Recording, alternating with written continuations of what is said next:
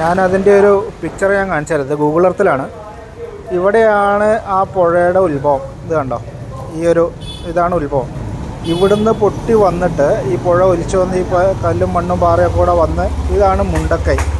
കേട്ടോ, മുണ്ടക്കൈ എന്ന് പറയുന്ന സ്ഥലത്ത് ഈ കാണുന്ന വീടുകളും ഈ പുഴയോട് ചേർന്ന് ഈ കാണുന്ന വീടുകൾ അതൊക്കെ അതിൽ ഒലിച്ചു പോയി. ഇവിടെ കണ്ടോ, ഈ പുഴയോട് ചേർന്ന് എത്ര വീടുകളാണുള്ളത്.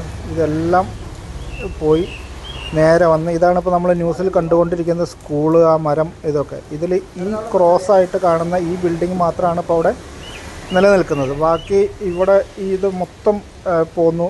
ഈ കാണുന്നതാണ് അവിടെ ഒലിച്ചുപോയ പാലം. ആ പാലം, ഈ കാണുന്ന അമ്പലം, ഇതെല്ലാം പോയി. ഇത് പോയി അവിടുന്ന് നേരെ വന്ന് ഇത് കണ്ടോ, പുഴ വരുന്ന വരവ് കണ്ടോ, ഇതിലേ വന്ന് ഇവിടെയാണ് സൂചിപ്പാറ വാട്ടർഫോൾസ്. ഇത് കണ്ടോ, ഈ സൂചിപ്പാറ വാട്ടർഫോൾസ് അങ്ങോട്ട് ചാടിയിട്ട് നേരെ അങ്ങോട്ട് കണ്ടോ, താഴേക്ക് ആ ചാല് പോകുന്നത് കണ്ടോ. ഇതിലേ പോയി ഇവിടുന്ന് ഇങ്ങനെ പോയിട്ട് ഇത്രയും കിലോമീറ്റർ, പോത്തുകല്ല് കാണുന്നുണ്ടോ, ഇതുണ്ടോ, ഇത്രയും കിലോമീറ്റർ ഒഴുകി പോയിട്ടാണ് ആ ബോഡികൾ കിട്ടിയിട്ടുള്ളതെന്ന് പറഞ്ഞാൽ അതിൻ്റെ ഒരു ദുരന്തത്തിൻ്റെ വ്യാപ്തി എന്താണ്. അത്ര ദൂരം ആണ് ബോഡി ഒഴുകി പോയിട്ടുള്ളത്. നമുക്ക് ചിന്തിക്കാൻ പോലും പറ്റാത്തത്ര ദുരന്തമാണത്. ഇനിയും എത്ര ആൾ കിട്ടാനുണ്ട് എന്നുള്ളതാണ്. വല്ലാത്തൊരു കഷ്ടം തന്നെ അല്ലേ.